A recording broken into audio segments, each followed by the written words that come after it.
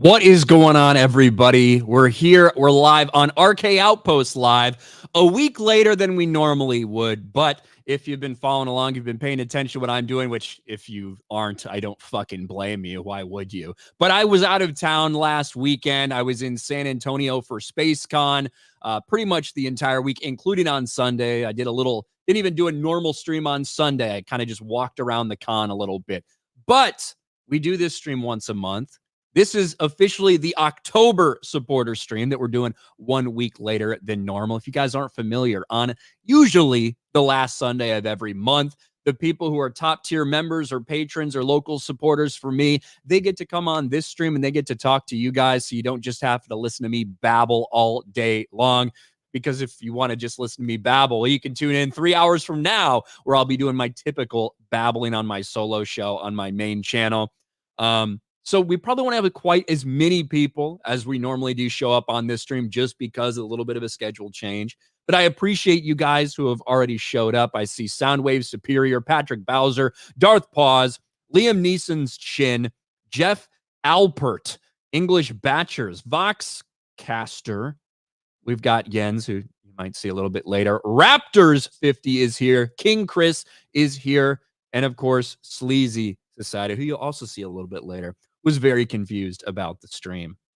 With that being said, oh, holy shit, look at this.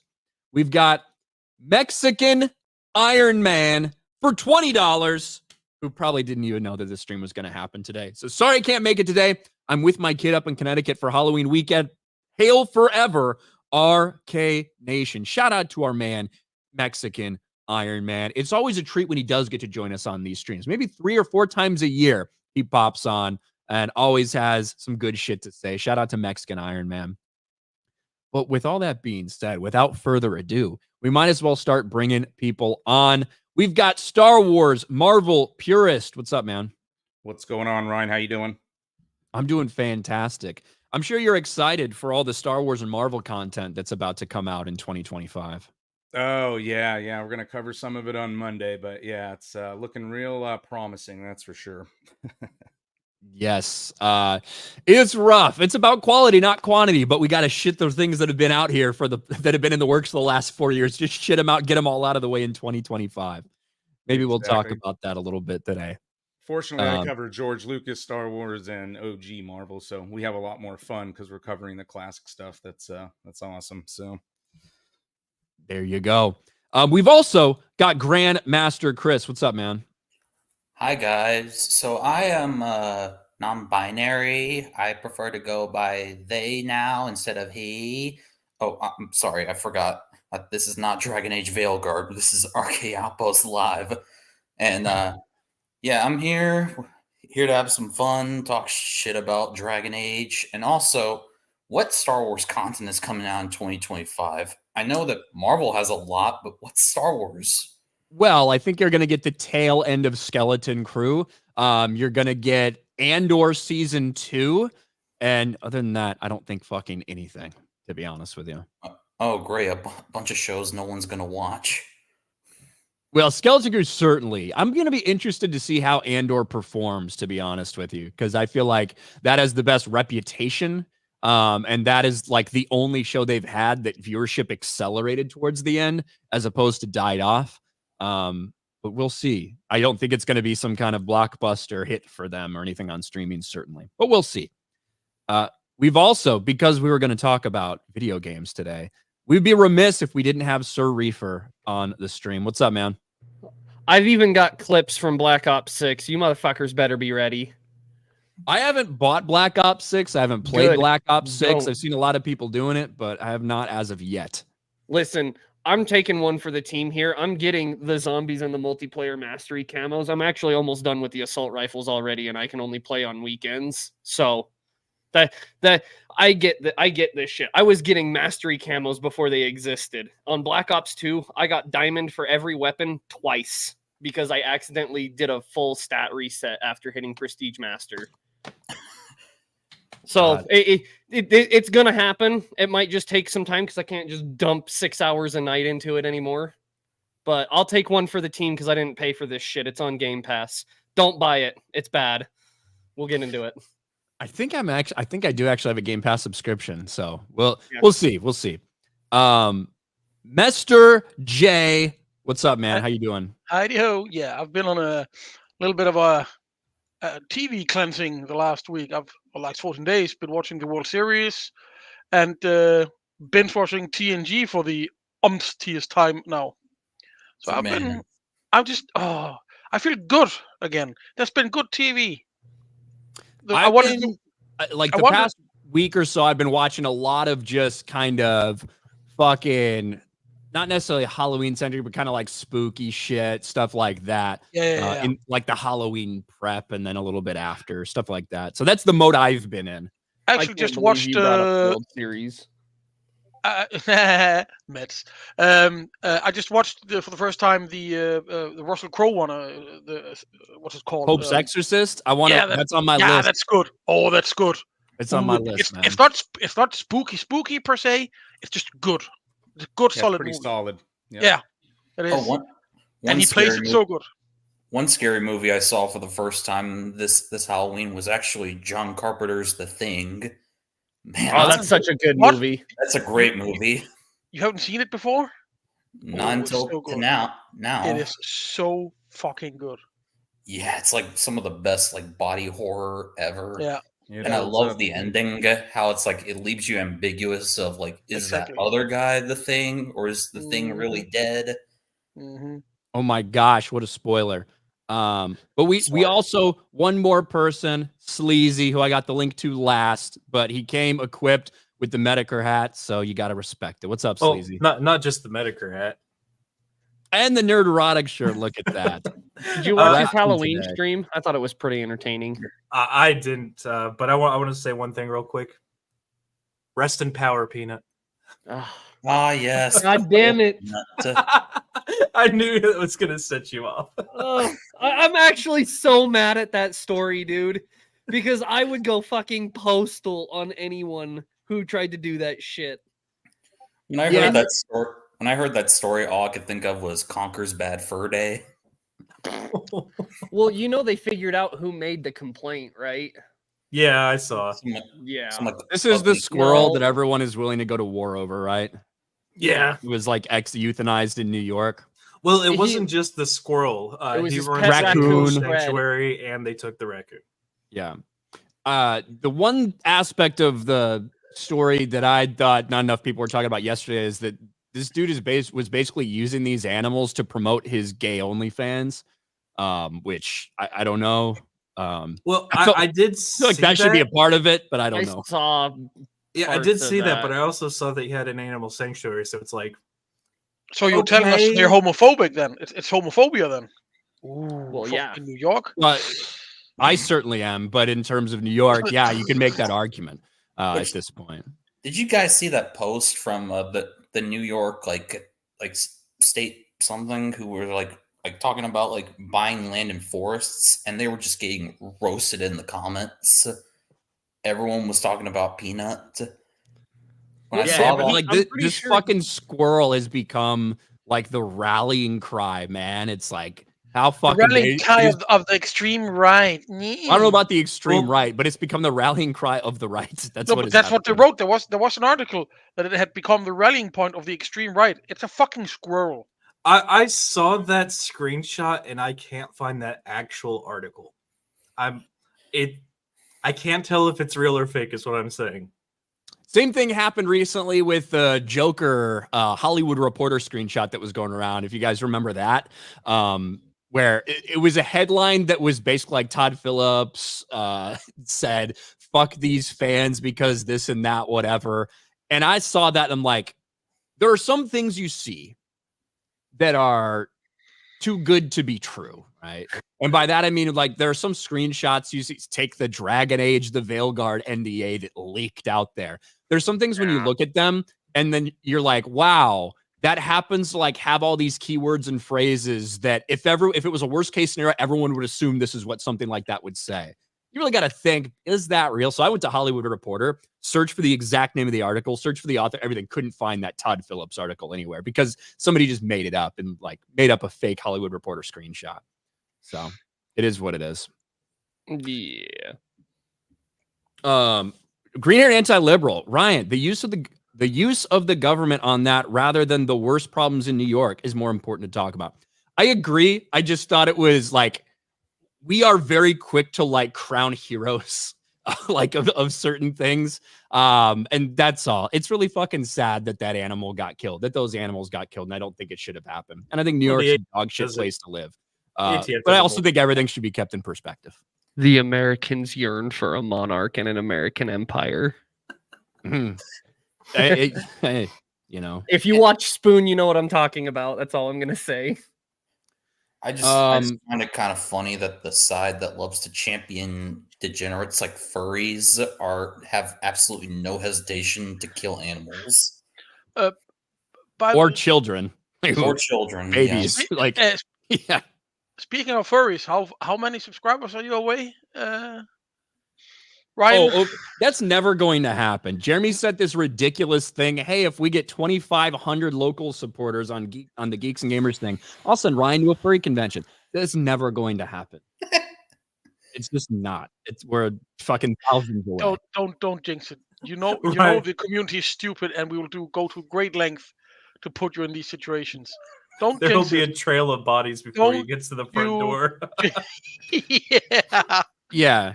Like, it's not going to go well for the furries if I go to a furry convention. Like, I don't think this is a thing that should happen. I think it's unsafe. Call an ambulance, but not for me. Hashtag make it happen. I'm not gonna make it happen. See, look at this. I want to get rid of my G&G locals just because I don't want to torture you, Ryan. See? There we go. There's going to be some people on my side that are fighting against this bullshit. He's not a team player. He is not a team player. Just saying. I'm not. No. I'm not a team player. I agree with you. I don't do well in those situations. Jameis Winston never mind. He almost threw an interception. My bad. Ryan pooping in a litter box, not going to fucking happen. To me, I think, listen, I'm sure there are a handful of fine, upstanding members of the furry community. However, overwhelmingly, I think the chances that if you put on a fursuit and like pretend you're a furry and you're into that, there is like 100 times greater chance of you being some sort of weird degenerate sex offender than the normal population. Okay, like. And might be a handful of good ones out there, but it doesn't negate the risk. That's all I'm saying. Unless you are a Japanese high school girl, it's off the table. What? What does that mean? Because they're weird in Japan, and that's what they do over there. Well, they're furries? There is a high number of them over there. Well, whatever. We can drop another nuke on them if it goes too far. Like, there's always that. Oh my god! Yeah, that's right. Like, you didn't learn your lesson the first time. Here you go. Get rid of anime while you're at it. Boom, and it's hey, ooh, whoa. Disavow. Sushi, drop the bomb. You're out of line. You did not just say that. Sushi is delicious. Yeah, it's raw fish. Tell me you did not just say that. That is exactly what it is. I don't even like most cooked fish. So the idea of eating raw fish, not really in my wheelhouse. Yeah, well, you were in the Navy, so your opinion matters less. Yeah, I was going to say, you don't get an opinion on fish. Okay. That has nothing to do with anything, especially related to fish. I ate some pretty disgusting shit from the Navy cafeteria, right from the galley. Oh, I don't doubt that. Like pretty nasty shit. All right. I don't like sushi. Fuck that. Ryan, we have seen your travel videos where you order food. We know you eat nasty. You don't need to tell us. Hold on. He was eating hardtack on the ship. Stop. There is a difference between eating something that is terribly bad for you, that might have a bunch of chemicals that would like make RFK pass out because of how unhealthy it is, but it tastes good, rather than eating something that tastes gross and might be like healthy or some shit. Fuck that. Yeah, like that McDonald's wrap you talked about making. Yeah, like that's not good for me, but it's delicious. Right? I Sure. don't know what's in it, so I couldn't tell you if it's good or not. I do know that I like my McBitchins, and I missed when they were $2. Yeah, I've told this story before. McDonald's burrito. What you do is you order a bunch of nuggets, you order a few double cheeseburgers, you order some fries. You get a big ass fucking burrito. You layer it in fries. Get your potatoes in there. You get a bunch of nuggets, put them in there. You cut the double cheeseburgers in half so you can kind of make it easier to wrap the burrito. Put the double cheeseburgers on. Cover it in whatever you want. I put some ketchup on there. I put some ranch on there, and then I put a bunch of cheese on there. Sometimes I use like American cheese and melt it. Sometimes I put squeezed cheese, whatever the fuck I've got, right? Put some cheese on there. Wrap that shit up nice and tight. Put it in the oven, heat it up a little bit, fucking pull it out, and I've got myself my McDonald's burrito. Ryan's probably fat than John Goodman. Yeah, I have type 2 diabetes thinking about that. My cholesterol just tripled just from listening to that story. Jesus But fuck. how do you think it tastes, though? Not That's how what I'm unhealthy trying it to is, get at. not how Hold on. clogged my I'm sorry. arteries will be. How do you think it tastes? Ryan, have you ever been? I have no idea. I can't afford to eat that. Ryan, have you ever checked if you have a tapeworm? No. You should probably do that. Listen, Age just hasn't caught up to him yet. He'll get there. if I do have a tapeworm and it's allowing me to eat like this, I want to keep it. Like, what do you mean? I don't want to get rid of it. Hey, man, Like a that's what they trill used from to use to Star stay Trek. skinny in the modeling industry. See? Yeah, and then There they you found go. Coke. That's too expensive for me, man. I don't have that kind of fucking money. What are you talking Whores. about? Nerds. I don't have that kind of. I'll keep to my tapeworms. Other than doing that, Ryan needs a show on Food Network. I'd be down for that. Like how the other half lives, instead of like making all these fancy things. Like who wants to spend all that time making all that kind of fancy food that's good for you? Fuck that. Give me Taco Bell. me Give me 15 McDonald's. minutes. Yeah, I don't have enough time in my schedule for that shit either. Throw something on the 15 grill, minutes. eat it, you're done. That's right. Star Wars Marvel Purist. You're running a YouTube channel. You don't have time for these types of things. All right. Yeah, exactly. And a real life job at the same time. Yeah, it's a pain in the ass, but it's fun. Sounds to me like you suck at time management. Yeah. I should maybe hire some people to help me out. But speaking of that, did you see the fucking list for MCU 2025 Star Wars Marvel Purist?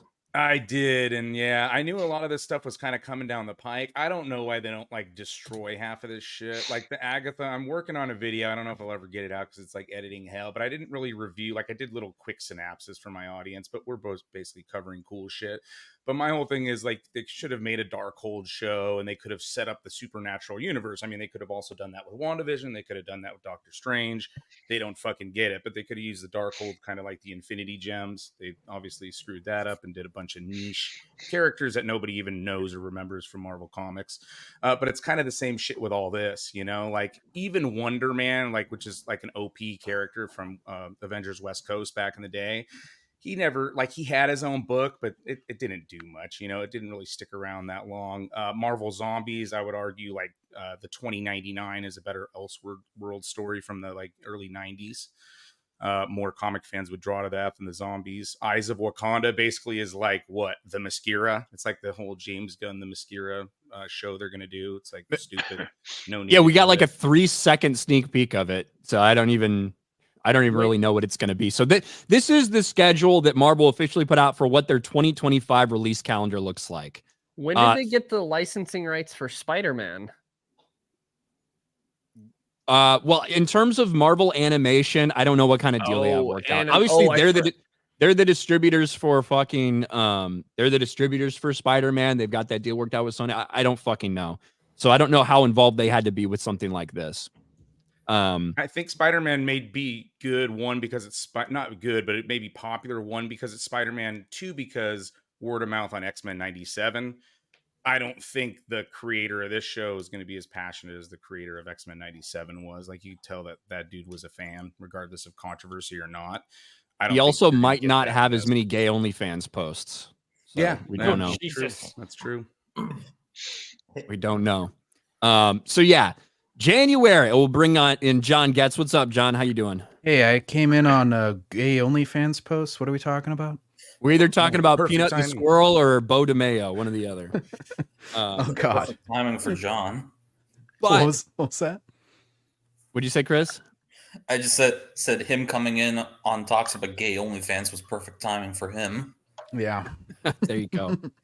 But you've got Friendly Neighborhood Spider-Man. I don't like the way the animation looks, and it looks like it's based off maybe Tom Holland's Spider-Man, but I don't really understand what that's supposed to be. Then on Valentine's Day, in the middle of Black History Month, we get Black Captain America: Brave New World. Captain African American. America Wait, forever. Why would you call it Brave New World when that is the name of a dystopian future novel? Do you know why? Because you know what No. the first one was called? New Before they World renamed it? Order. It was called New What? World Order. Yeah. Oh, Jesus Christ. And But- not as but many nice, people are but familiar nice. with Brave New World as the phrase New World Order, so they switched it to Brave New World. In all fairness, though, everyone compares the world we're living into to 1984. I would say we're actually more close to Brave New World if you've actually read both of those dystopian. I was going to books. say we are much closer to Brave New World, especially with all the fake meat shit. I bet that they are praying that Trump wins so they can really rile people up as that is a rebellious kind of movie. They're like, oh, this is a movie that we need right now. It's going to be terrible. They spent so much money on it. It's supposed to be like a grounded movie, you know? I mean, obviously it's Marvel, so they got to launder a bunch of money and shit, but it shouldn't have been costing $300-400 million to make. This should have been like a John Wick, you know, bump it up another 30 to 50 million because it's Marvel. Well, and let me tell you, they're not done spending money. Oh, because I just saw this today, a little bit before we went live. Giancarlo Esposito has revealed that he's doing reshoots for Captain America: Brave New World next week.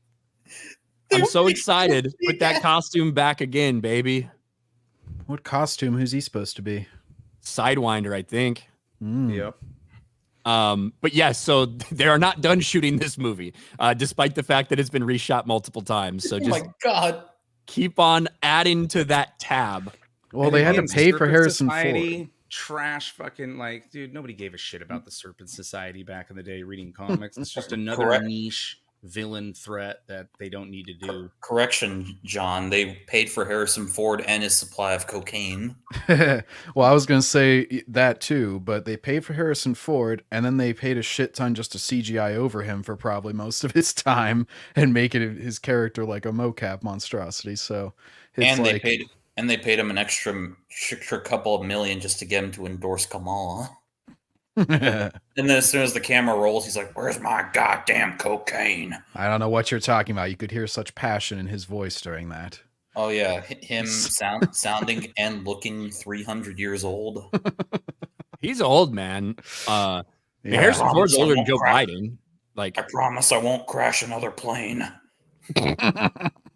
it's like Harrison Ford, I believe, is older than Joe Biden.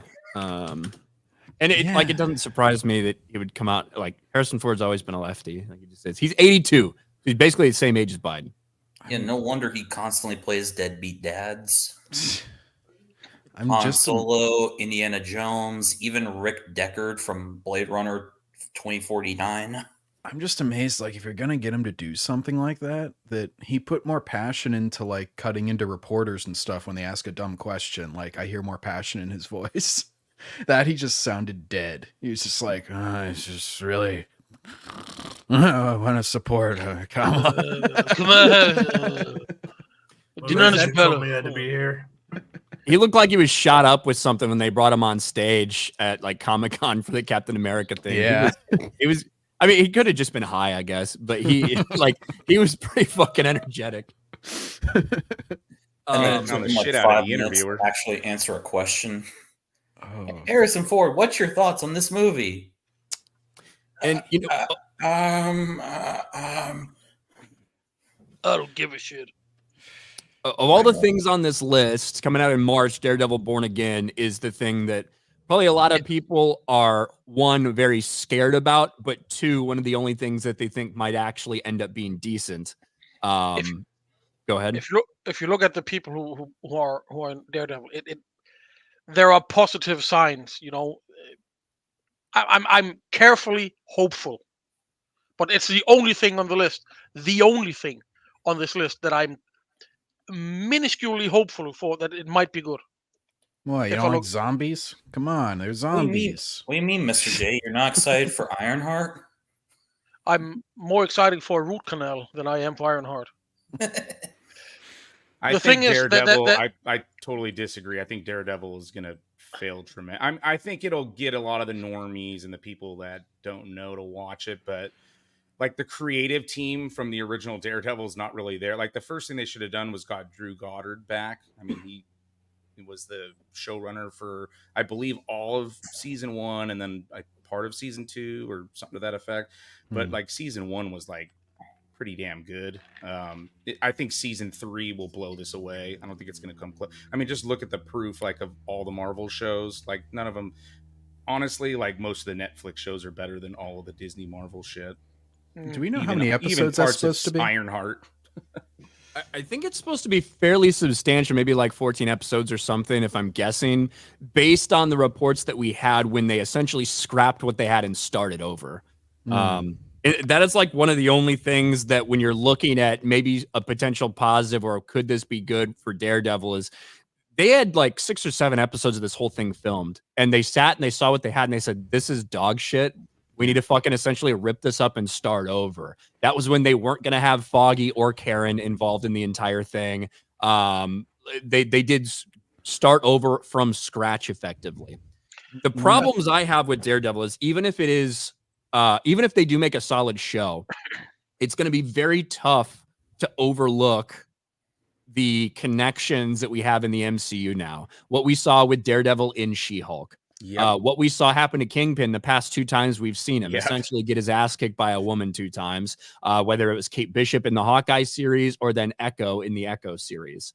And Kate Bishop's mom, you know, the way she talked to him in that Hawkeye show, like she would have been murdered like immediately if it was the actual like Daredevil series, because she was basically woman-splaining him the whole time. So he's been cucked multiple times. Daredevil with the walk of shame, like it is going to be really hard to separate. You know, we just won't count those. Yeah, and it's like even if it's good, that's what I'm saying. Like even if it's good, it's going to be hard to separate it from those things within the universe. But we'll see. Thunderbolts. God, I don't give 2 fucks about Thunderbolts, to be honest. Well, that's the Not Avengers of even a Phase bit. 4 characters. And they so- took all the generic retread characters too, like you're a super soldier, you're from the Red Room, you're a super soldier. Like they didn't include like Songbird, who was the screaming Mimi back in the day. Like there was interesting characters they could have used to stand out that they decided just to not even go with. The beta cuck male that's going to be Sentry. I think it's kind of ridiculous. Like I don't know, man. But hey, It's at least not they're looking including good. a tax mistress. Yeah, Mm. which Bucky are we getting? Are we getting Bucky the cuck from the other show, or we're going to get the badass Bucky from the original Captain America Winter Soldier? Like, I Oh, think yeah. we're getting tag along Bucky again. Like that's what it feels like, you know. Yeah, 'cause that he then just and the kinda Red thrown in there. Guardian. I go back and watch.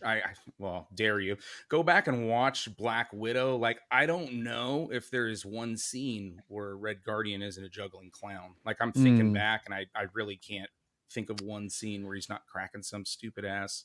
Yeah, joke. even at the end, when you would think it would be like his redemption time or his time to prove himself somewhat useful, he just gets his ass kicked by Taskmistress, I'm pretty sure, from what I Yep. remember, which is not much from that movie because it's incredibly forgettable. Now, What is it with David Harbour and playing fat buffoons? Because the same thing happened to him in Stranger Things season 3, where he's like all fat and everyone's making fun of him for being fat. As And far that's as the being season that fat, whole he show fell off. probably just doesn't want to lose weight and is making lots of money, so that explains the fat part. Now, being a buffoon, I would have to go more into that one. his I like could season sum that 3 up. was a weird like turn for his character a Deviation. little bit. Season 4, I think they very much brought him back to Yeah, Oh, to definitely. like the Yep. better version of Hopper. And he also lost a lot of weight, probably for a different role or whatever it was. Hellboy, maybe, yeah. Because he was one of my favorite characters in the first 2 seasons, and then like I was just like, why is he such a buffoon in the 3rd season? It's like around I'm the not a shift when they started shifting all the shows, like Legion season 3 kind of went down the drain. Everything kind of did right around the beginning of the TDS era. I don't think that had anything to do with TDS. I think they were trying to do a different fucking like because I actually like season 3 of Stranger Things better than season 2. I think there are problems with it, and there are things I don't like. But what I didn't like about season 2 is it felt like very much just a fucking rehash of the first season. Do you know what I mean? Where at least in season 3, it looked. I thought they were doing something different. And by the end, I enjoyed season 3. I think season 4 is way better, and I'm really excited for season 5. But Fantastic Four First Steps to me is like the most important thing that Marvel is putting out in 2025. Oh, absolutely. Like the Fantastic Four is what they should have started Phase 4 with, but instead, what was the very first thing they did for Phase 4? Like, was it Black Widow, or was it WandaVision? It was Black Widow and WandaVision on the TV side. Yeah, and oh my god, Black Widow. Phase 4 technically wasn't the first movie. Eternals, right? Spider-Man. Far From No, Home. they considered that the end of Phase 3. Oh, did they? Yeah, it's just like at the end of Phase 2, they had like Ant-Man after Ultron, but they counted it as Phase 2, I think. Yeah, but yeah, man, Black Widow. I feel like that movie escapes a lot of criticism because there's a lot of movies that are far worse than it. But Black Widow is a terrible movie. Well, it was during COVID, and I think it kind of got lost in the collective consciousness. It just kind of was forgotten about quickly. Yeah, because right after it, we got Eternals and Shang-Chi, which were also terrible. And they started running with the whole, like, it's because of COVID. That's why these movies are failing. And then Spider-Man No Way Home comes out and makes $2 billion. Yeah, where was the COVID excuse well, the for that? Eternals should have been world building too, right? Like, and they totally disrespected Jack Kirby by desaturating it. Like, there's so much shit wrong with that Eternals movie. But the original Jack Kirby Eternals comics set up like a lot of stuff, like regarding the X gene and mutants and, you know, the pre-cataclysmic era with like things with the Darkhold and like Morgan Le Fay and like Arthur, the Legend of King Arthur, stuff like that. All kinds of Marvel concepts that were set up through that they just, you know, skimmed right over all that shit. And then they made the Eternals like cyborg robot androids, which is stupid. Well, and they had Salma Hayek, and they had her wear totally covering, non-cleavage showing shirts the entire time. It was the biggest affront to cinema that I've ever seen in my life, and I'm still mad about it. Preach. However, if you go watch From Dusk Till Dawn, I know there's lots of movies where she does other things. I love that movie. Because Marvel currently has their current fetish is making a bunch of attractive women look as ugly as possible. I love how in a world where as soon as a female actress turns 30, everyone starts screaming that they've hit the wall. We still want to see a 60-year-old Salma Hayek's tits. Like that's like the one thing that will remain constant. Imagine being her husband. He was probably like, oh, she's going to get old pretty soon when he married her. And then like 20 years later, he's like, holy shit, she's still hot. This was a great decision. I hit Elizabeth jackpot, Berkley, man. Fountain of Youth. He's thanking God every day he goes to bed. Thank you, Lord. Thank you very much. Yeah, so I think what you're saying about MCU phase 4, just because I want to know when they were released. Bro, they released like 4 movies in like a 5-month time period. July 9th, 2021, Black Widow. September 3rd, Shang-Chi. November 5th, Eternals. Spider-Man No Way Home, December 17th. That's a lot of fucking movies in the last half of 2021. Now, obviously, a big part of that, it was COVID and delays and stuff like that, and like delaying when it was going to come out because they wanted theaters to be open. Black Widow gets put on Disney Plus as well. A lot of shit like that. Scarlett Johansson sues them. Yeah. Well, that was right when they started having the Disney Plus shows too. So they ramped way up Phase 3 to 4 as far as just like how much shit was going on at one time. And I thought that Iger said that they were supposed to scale back, focus on quality over quantity for like the 6th time. And now we look at 2025 and he's got like 10 things on the schedule. Because it's nothing but damage control. Like he keeps on saying, "Oh, we're going to fix the problem," and he never does. Ugh. Think about if they trashed all this Ironheart, Wonder Man, Eyes of Wukong. If they got rid of all that shit and they kind of spread these other projects out and really honed in and focused on what they should be doing with them, they probably could make them a lot better. But again, it's mostly agenda based. But with Fantastic Four, I'm wondering like what the actual plot is, right? Because there's lots of rumors that it's Elseworld, it's a different universe. That's not the way that you introduce the Fantastic Four. I think that's a stupid idea. You know, regardless if Shala Ball's a second Silver Surfer and they have more than one, like that's not the one that you start with. That would be like you know. introducing Reed Richards and then immediately killing him off or something in some movie. I mean, can you imagine? right? It is so it is set on a different world, right, within the multiverse that is kind of like it's at the same timeline, like parallel timeline, right? Except this is kind of more of a Jetsons future, almost like kind of Tomorrowland feeling. Yeah. That's going to be the way that this world feels. So it's going to have kind of a futuristic 60s vibe, if you know what I mean. That's going to be the vibe on this Earth. Kind of like you got with the in Captain America First Avenger, where they have like the futuristic like car ideas and shit, or if then you go to Iron Man 2 where they do like the post-futuristic like ideas and shit like that, but actually in the world. I don't know. Basically, like that's why I say Jetsons. Like what we thought the future would fucking look like in the 60s is kind of what it feels like. Yeah, exactly. From what I've been told about this movie. So my predictions have been Johnny Storm's gay, you know, but I mean for real, right? Flame on. Yeah, he's a flamer. Oh god. She's the real leader, right? I'm so He's gonna hot. follow her around. Well, if they And I'm do wondering that, if that's they two change gay that. guys because we also got Pedro Pascal. Yeah, I mean maybe Reed and Johnny will have a relationship. Who knows? The thing is, it shouldn't be possible if you have half a brain to fuck up Fantastic Four. They're basically comic book royalty, right?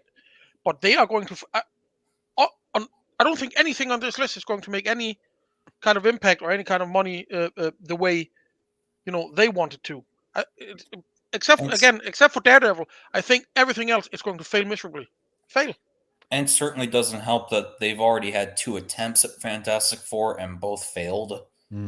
I would say I would argue the casting on the first attempt was actually really good. I think actually, good. I'll give those movies that. Yeah, I don't know if I would call the first attempt a fail. Like, got a sequel. Either. It did get a sequel. The sequel wasn't great. The Silver Surfer they messed won. up Doom. I mean, they messed up Doom in all of the movies. That's one of the biggest problems. Yeah, and that's why shoehorning Doctor Doom and throwing him in for Secret Wars is stupid as fuck too. So he is going. This is what I'm telling you right now. Robert Downey Jr.'s Doctor Doom is going to be revealed in this movie.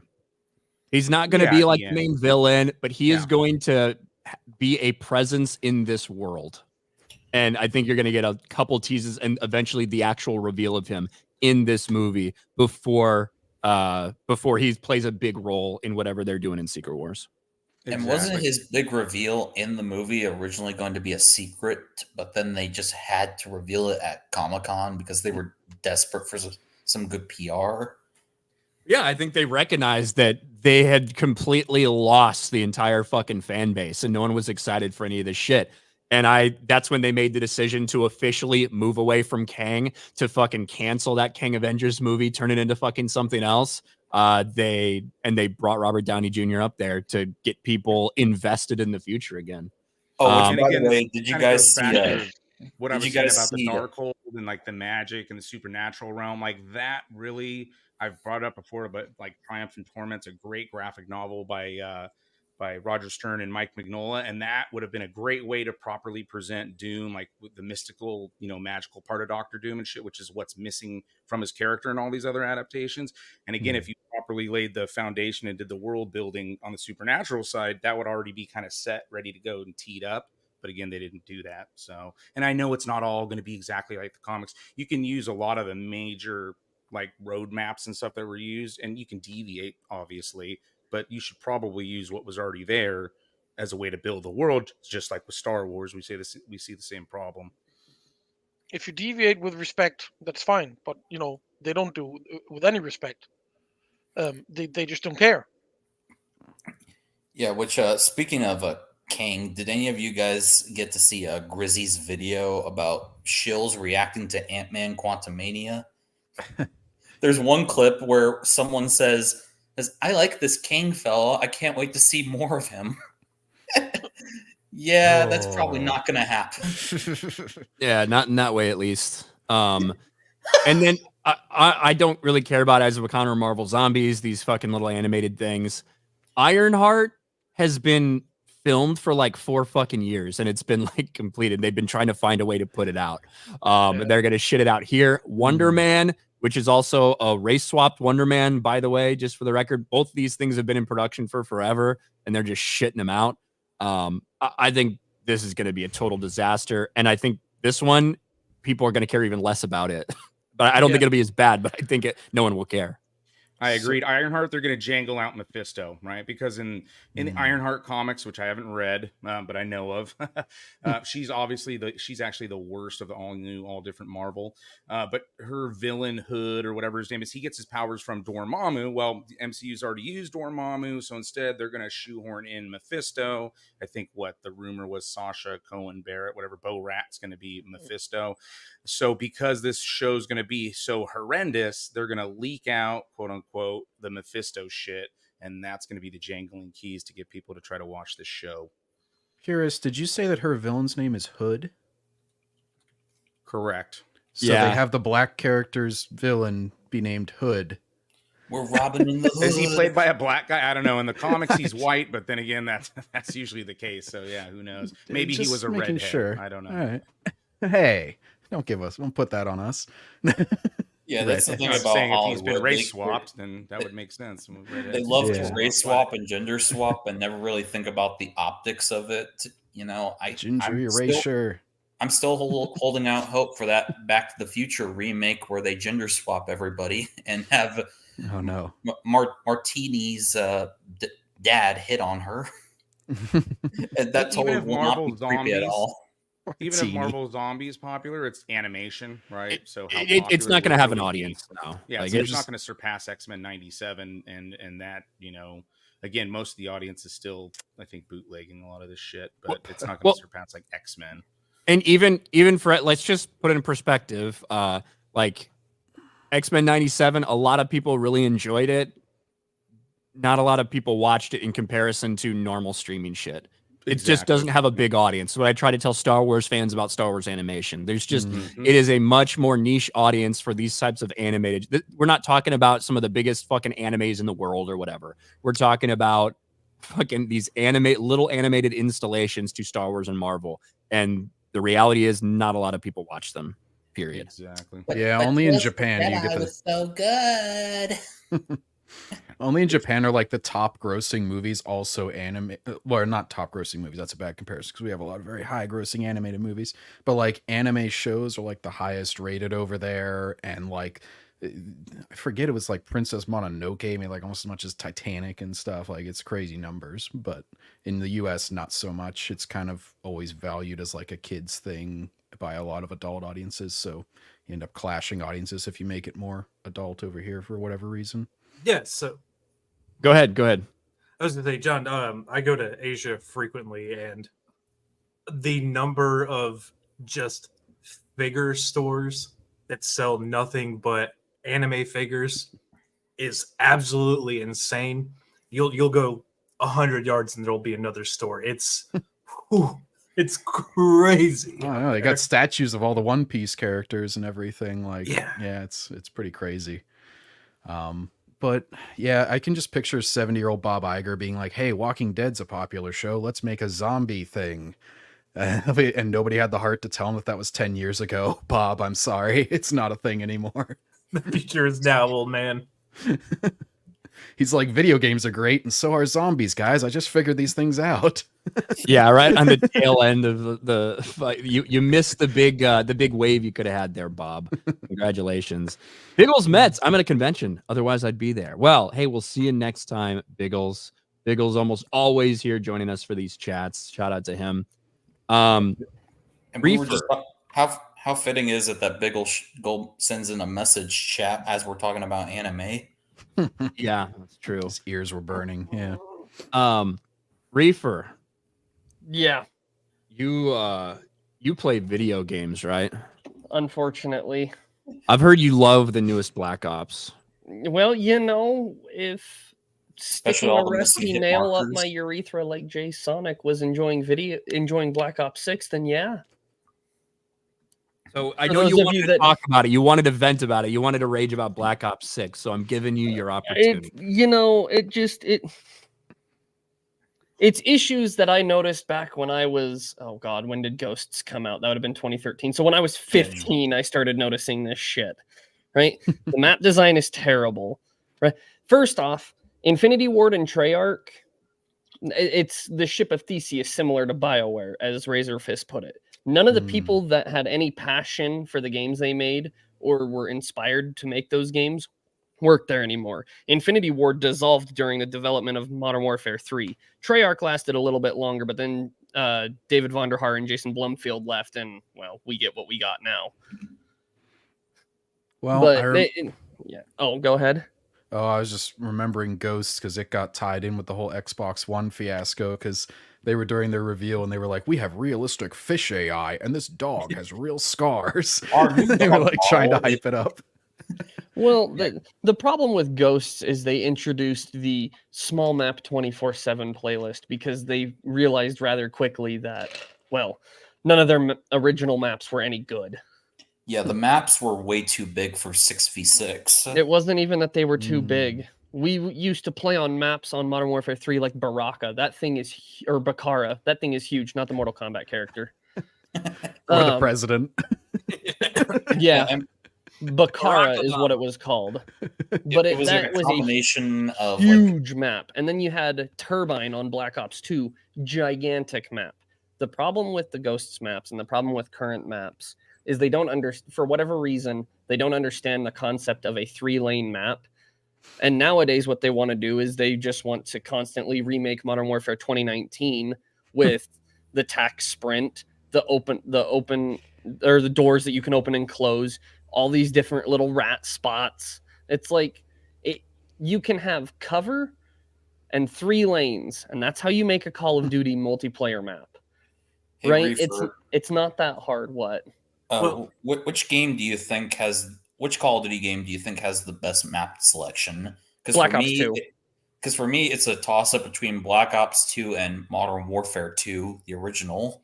No, because Modern Warfare 2's DLC maps didn't get a whole lot of play. What was happening then is people were uninstalling the DLC maps to always guarantee good maps. Black Ops 2 had just had good maps across the board. Well, when I refer to Modern Warfare 2, I'm thinking of maps like Terminal or High Rise. I'm not really thinking of the DLC maps. I'm aware. I'm looking at the game overall. Black Ops 2 had better maps. What about Call of Duty Finest Hour? That was the first one I played online on PS2. Good for you, Boomer. Good for you. Oh, when you had to steal the Horton, the B2, the original B2. I'll be honest, I played that online about twice, and then I was like, well, this isn't very good. You talk about an empty map. It was like all of Stalingrad, and there's like 4 players on it. Yeah, well, I mean, player base issues come into play there. Yeah. Yeah, but that was when you had to actually buy an Ethernet adapter for your PS2, and there were still people on dial-up. Yeah. Yeah. Yeah. SOCOM US Navy SEALs, though, that game was freaking awesome. I was ranked PS2. number 7 on SOCOM for almost a year. Those were awesome games. They were also very glitch-filled. You could glitch it so you were like in a crate way out in the water on the one coast level and just shoot everybody on the map. Oh, do you remember the Sea Village map? When you could prone and side crawl into a building and see the entire map. You know what you guys are describing? Warzone. Oh, really? Like that's literally what you're the difference describing. is this was like 20 years ago. And that's my point. Is they still haven't figured it out. Well, COD had a very big switch. They used to have very in-depth single-player campaigns, and 4 had both, where it was like that was whenever they added all the kill. I think that's whenever they added all the kill streaks and stuff on the multiplayer. Yeah, and, COD 4 was the one that introduced things like create a class, and they had the 3, 5, 7 kill streaks. Modern Warfare 2 introduced the customizable ones. Yeah, and that was Modern Warfare I remember 2 introduced the hidden nuke kill streak if you got 25 kills without dying. But like Modern Warfare 1, I remember because it had a beefy campaign. Like it had like this awesome campaign full of all these awesome missions. It was probably like 10 hours long or so. It was like, and then they also had the multiplayer because that hadn't gotten so wildly popular. Because then once that did become popular on that game, they were like, oh, we don't give a shit about the single player really anymore. We're going to make it like 4 to 6 hours and then we're going to work on the multiplayer because everybody's just playing on here. Yeah, well, that's Well, something I bring up. what really drove that was the release of World at War following COD 4, because with World at War you had a beefy campaign, a admittedly bug-filled fun multiplayer, if you guys remember snaking back in the day, but they introduced the Nazi Zombies game mode. Oh yeah. Oh yeah. I And played then the ever living shit out of that when I was a kid. everyone who is a huge fan of zombies remembers getting the ray gun on Noctur Untoten for the first time and glitching behind the mystery box so that the zombies couldn't touch you and you would just hit these insane rounds. As someone who didn't deserve it. Did you ever see the glitch where you can like run into a wall, jump, and crouch, and you essentially create an invisible barrier in which the zombies can't get to you? Yes. That's an insane glitch. So that's when Call of Duty realized they would make a lot more money on their modes outside the campaign. Now, I will say the campaigns didn't shorten to 6 hours till about Black Ops 3 or whatever came after Ghosts. It all comes back to that one game, but nobody wants to talk about it. Well, the thing is, Ghost's campaign wasn't short. It was just boring. And ironically, that's what the game got praised for, was the campaign. And it was not very good. Coming off the heels of Black Ops 2, no. Yeah, and Black Ops 2, which had, in my opinion, the best Call of Duty campaign, because it introduced things like branching lines and like the career kit in which you can like discover hidden items in the map that you can use later on. That campaign. And then Ghost comes out. It's just like you shoot the villain in the chest, he somehow gets drowned, and then just comes back. No, nothing wrong with him, and then just drags you away. And I don't know how you guys all of the fucking CODs that I have ever played almost run together in my fucking head. That's how I am after 4, to be honest. Yeah. I gave up after the first Black Ops, so. Because 4 was like 2007, and it was really the trailblazer for a lot of their popularity. Like, they were very popular games for that, but as far as the console end of things, I feel like 4 is Modern Warfare. It's when they moved to Modern Warfare, they got a World War II, and it like really opened the floodgates. Now, it didn't sell as much as the subsequent ones, but as far as like growth goes, I feel like that launched it off into the stratosphere. Yeah, COD 4 was the first through the wall. Right? That's exactly what it was. And now let's talk about Black Ops 6, the one that's out right 17 now. years later, we have shit like engagement optimized matchmaking and AI controlled hit registration and bullet damage. God, keep in mind, all of those technologies were filed for a patent in 2017, which was awarded in 2019. Let's take a look at this timeline real quick and think what was going on. What game was coming out then, right? So the way the engagement Horizon Zero Dawn, that was 2017. Was it? No, Zero Dawn was 16, wasn't it? I don't know. I was just naming another game that I knew wasn't related. Right, yeah. Anyway, yeah. So Activision filed for a patent in 2017 where they demonstrated they had the technology to adjust or regulate, was the term they used, regulate bullet damage, hitbox sizes or your hit registration, and influence a whole bunch of different audio aspects, such as making footsteps louder or quieter. They demonstrated that in 2017 and were awarded a patent for this game system in 2019, along with a system that matchmakes you based on the skins that you buy in the store, right? There's a whole bunch of scummy stuff that Activision has created and been awarded patents for. Hold on, I'm getting to the best part. Right now, even without having insider access, as of, I want to say, Modern Warfare 22, so Modern Warfare 2019 Part 2, we were able to prove that the matchmaking is designed to have you end the life cycle of Call of Duty with a 1.0 KD and a 1.0 win-loss, regardless of map or mode played. The whole goal of it is to have you end up with a 1.0. Because back in the day, that's how you. I feel a lot better about myself now. You shouldn't. You shouldn't. Because on That's Black also Ops, my goal is to come out with a 1.0 KD. on Black Ops 2, I had a 2.78 KD. Hmm. I would had more, and I had they more like put a 1.6 or something. right. Was that your But if you- pickup line? Hey, babe, I got a 2.7 KD, just so you know. Yes, that's Well, how you'd I actually roll have with to pick Prism. one up to use that line. No, so I'm just letting you guys know the Call of Duty community has been able to prove this given the public information available to us. Hmm. And in like maybe 7 hours of play on Black Ops 6, have a few clips here proving that this shit happens. Hmm. Hey, Reefer, did you ever see the algorithm that Activision implemented for World War II that like made supply drops give certain rewards based on your playtime? Yes. It was, it's very scummy. That is included in the skill-based matchmaking patent as an example of how you can take those metrics and apply it to the matchmaking system to incentivize other players to purchase skins. And it's essentially a way of like keeping you addicted to the game. Yeah, the game is designed to give you small dopamine hits right when the game thinks you're gonna get off.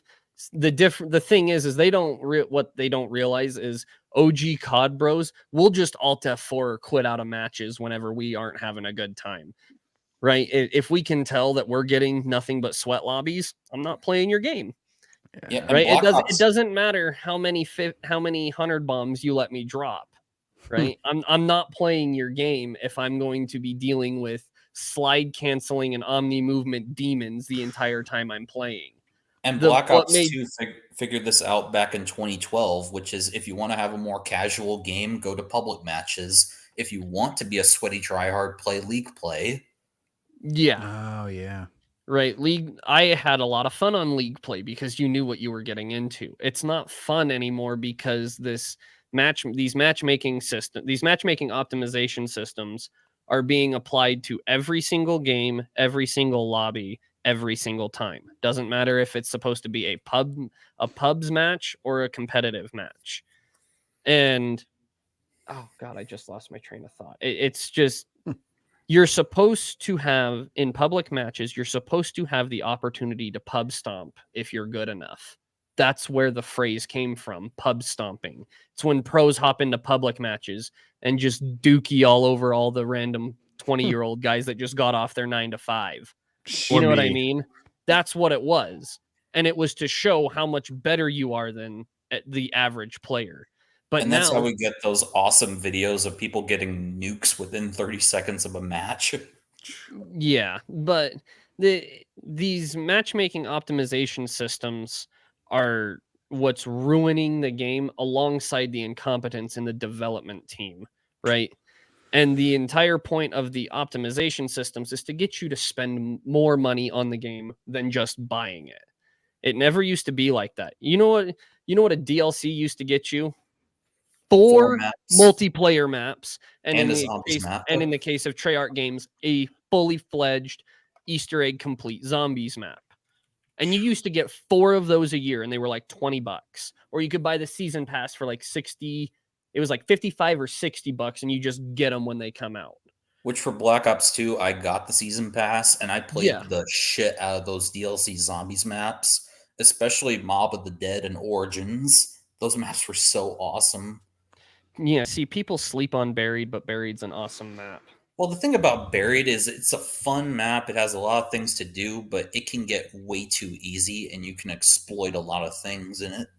Oh no, something's easy in the game mode that's supposed to be hard. If I want to get on and just play zombies, Buried's a good choice. But I'm also the type of guy that actually enjoys transit because I like the complexity in the map. So let's look at the clip that you have basically of some of the interesting it's just a few of them. The first clip that you're going to see, I shoot a round that goes straight through the guy when I hit him center mass. I'm going to look left, look right at the guy, and just straight whiff him. There's no audio attached. No, because I was playing with people that I know IRL, and I'm not showing you that. I'm not giving you that audio. So if you didn't see... Headshots. No, this wasn't the Okay. headshot one. Concussed enemy. Yeah. Oh God, don't even get me started on the UI. So my first round is fired right there. That's hitting the hitbox. You'll notice in the left, there's no packet burst or packet loss icon. Why did I miss that shot? Right? So you're saying that this is like by design of the game, not because of lag or like whatever, right? Yeah, I think I was 35-4 at this point in the game, and I had just come off an 80 bomb heater in a hard point game, and in a domination game, and we're playing hard point right now, right? And another thing that people like to point out, well, it could just be a connection issue. That is the problem. Is matchmaking no longer prioritizes connection over anything. Because back on Black Ops 2, Black Ops 1, Modern Warfare 2, COD 4, Modern Warfare 2 and 3, connection is what dictated your matchmaking, right? If you had high ping, that means there was no one playing. There was no one playing near you. Hell, on Black Ops 2, you would run into guys who put their zip code in their clan tag, and it's right down the road, and they live right down the road from you. But that was also peer-to-peer. Now, I like dedicated servers. The problem is the matchmaking doesn't ever pick the server that's closest to you or one of the servers that's closest to you. Because if I'm playing with my brother who does not live in the same state and he hosts the party, I'm not getting anywhere below 200 millisecond ping. Yeah, my brother's in Arizona. We deal with that a lot. Mm-hmm. And even back on Black Ops 2, you could connect to people on the other side of the globe. It just depended on who was on and what was being played at that time. If you played a lot of S&D, you'd play with a lot of Aussies and Brits at the time, right? Yeah. So they deprioritize connection as a way. It's not necessarily as a way to say, oh, well, we don't have AI regulated hit reg or hit boxes and bullet damage. You just have bad connection. No, I don't. I have better internet than I did 17 years ago, or 17, 12 years ago. Right? Technology has progressed, and I'm not on Wi-Fi anymore. I'm on a hardline connection. You're not going to tell me my internet's worse, right?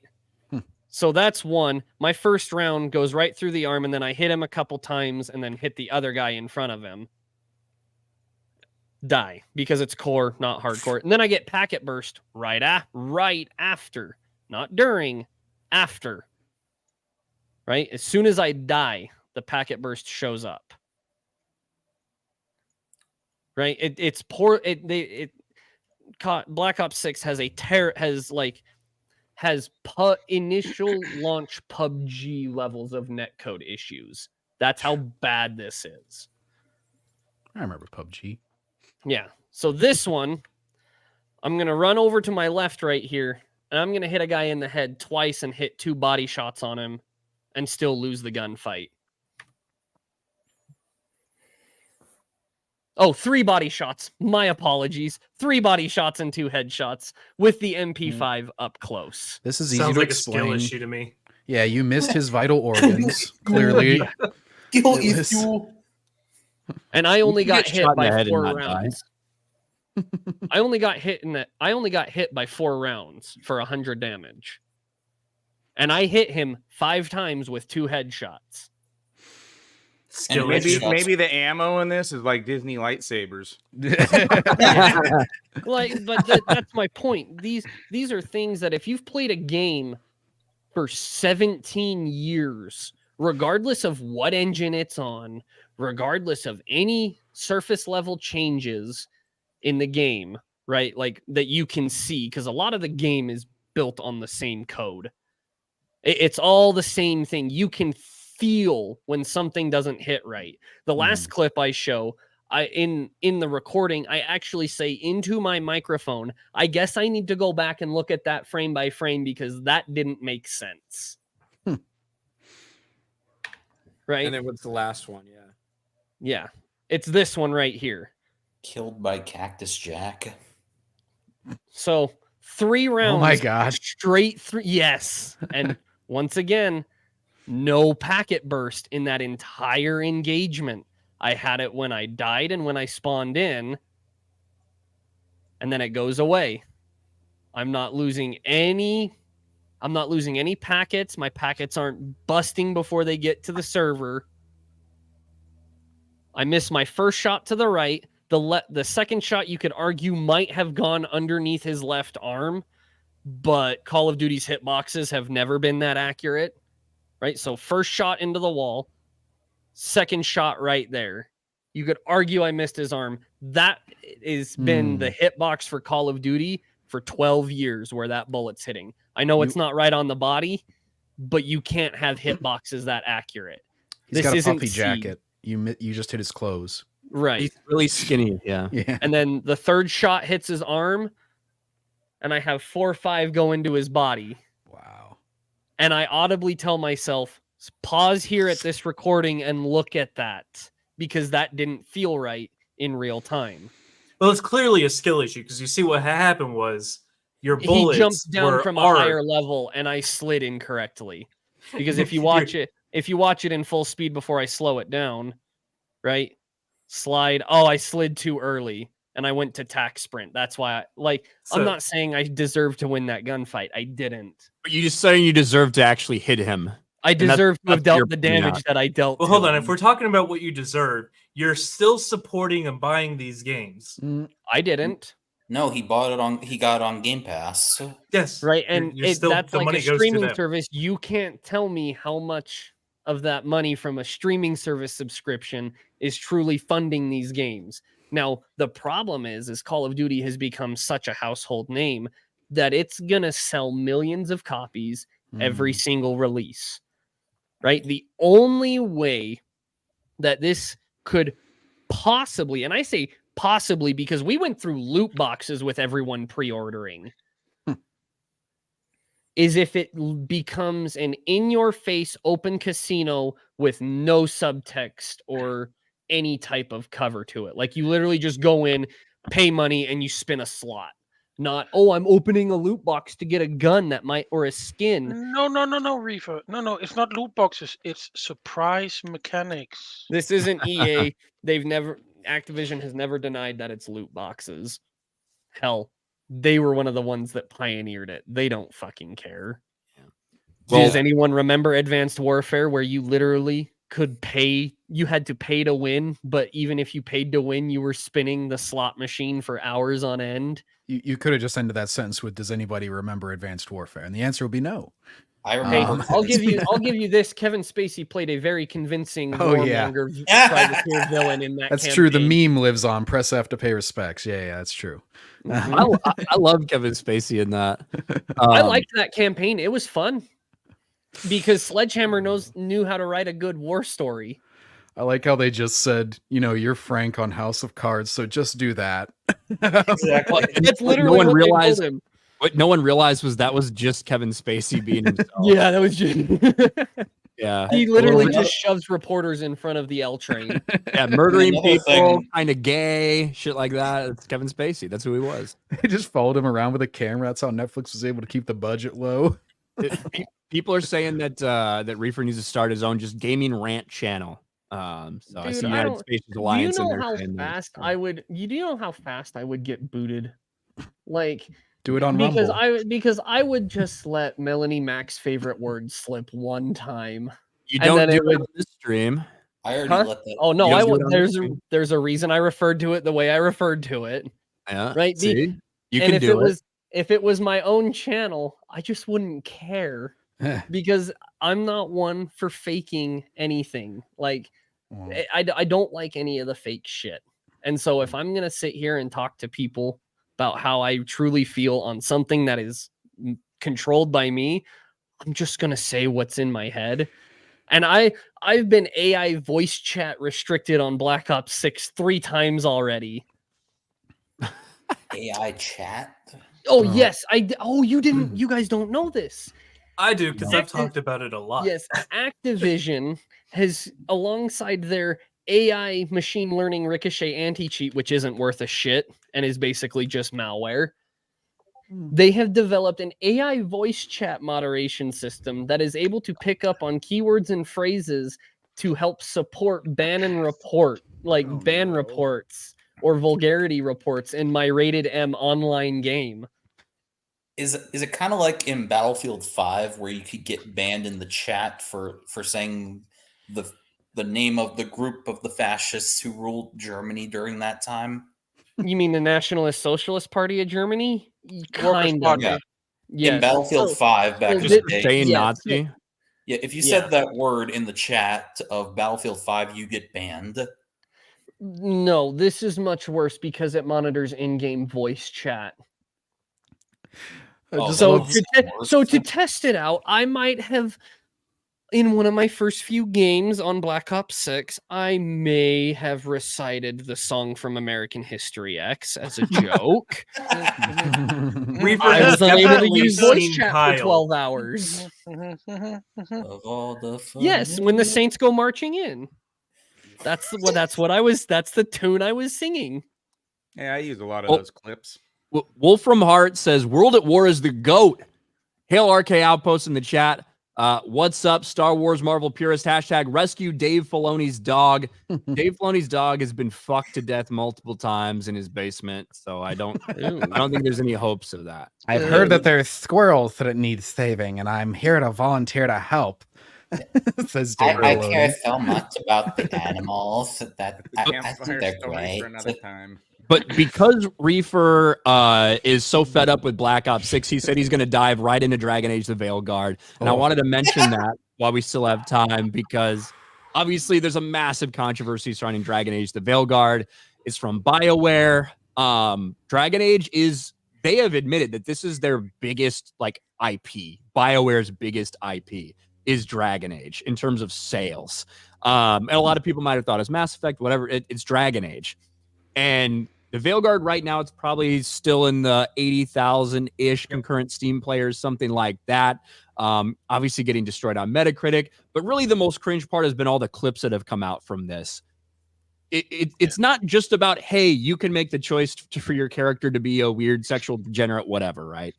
It's the fact that you're forced into these quests with your companions that are essentially making you go through these struggle sessions that aren't struggle sessions, that you have to empower your non-binary companions, and as they're going through life confronting these people that might not agree with their lifestyle, and they're constantly being affirmed. It's fucking wild. It's one thing to allow players to create whatever type of freaky fucked up character you want. It's another thing to force that upon you through the unavoidable in-game quests or side quests or dialogue options, at least in my mind. Well, So, did anyone here see the clip of Asmongold accidentally getting locked into that pathway? I have. He could have hit back though, couldn't he? I don't know. I think probably, but I think with any dialogue option he picked, because he picked a dialogue option just curious out of curiosity to go through it. And he had three choices, option and every one of them established his transgender identity. Yeah. But I think if he had hit back, he probably could have got out of it, but I don't know. I haven't played it, and I won't. I watched Razor Fist play this, and I've watched Az play it. The back option in the dialogue wheel is very, very small, and you can sometimes miss it if you're not paying attention, right? Because if you get engrossed in a story, you're just going to look at the ones that further the conversation. Now, granted, no one's going to get engrossed in this story. You don't do anything for the first 4 hours. And from what I heard, because I've never actually played Dragon Age, I'm thinking about going back and playing Origins if I find the time. It's basically just a rehash of Dragon Age Inquisition. They make a Stargate portal and stuff, and I'm like, oh, cool, interdimensional elves. It's the Clockwork Elves. Well, Yeah. I just remember BioWare used to have actual choice in their dialogue where Mass Effect, it was literally the choice. It would have a range where it was you can be friendly with the reporter, you can punch them in the face, or you can tell them to fuck off. And it's there used to be so much, it's so neutered you now. could actually have you could actually be kind of an asshole, right? Yeah. And it seems to me, I haven't played the game, not going to. From everything I've seen from a couple other people that have played it and a lot of clips that are around, there's no all of your options are soft, essentially. Yeah. You It's can't choose to neutered. like berate your companion for being a retarded non-binary freak. You can't do that, right? All you can do is affirm, affirm, affirm. Mm. And that's by Exactly, strategy. because they're too afraid to actually give you player choice in a game that's supposed to be about player choice.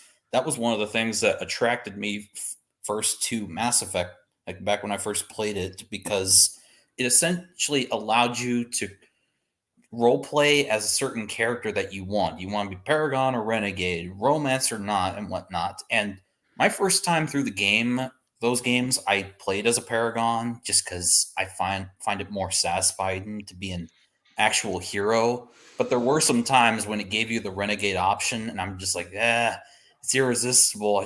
I want to shoot Conrad Werner in the foot and, toss this merc out the window and whatnot. Well, and the fact that it gives you that choice is really nice because it embraces what games are all about, which is you taking an active participation in the narrative as opposed to an observer. See, and that's kind of the thing a lot of these modern choice-based RPGs suffer from. This is an issue in Cyberpunk too, which historically I have loved this game. I now have 275 mods on it every time I play, but I put 250 hours into vanilla in a month and a half. Right? Like a lot of it is the illusion of choice, and then to compound that issue, Veilguard seems to be suffering from the Fallout 4 issue of your character doesn't say what the dialogue option tells you they're going to say. Right? You could pick the dialogue option that says thanks for your help, and it ends up your character says your dog was a piece of shit, that's why I killed it, but I appreciate you helping me with this. And you're like, what? The summary does not equal the dialogue cutscene.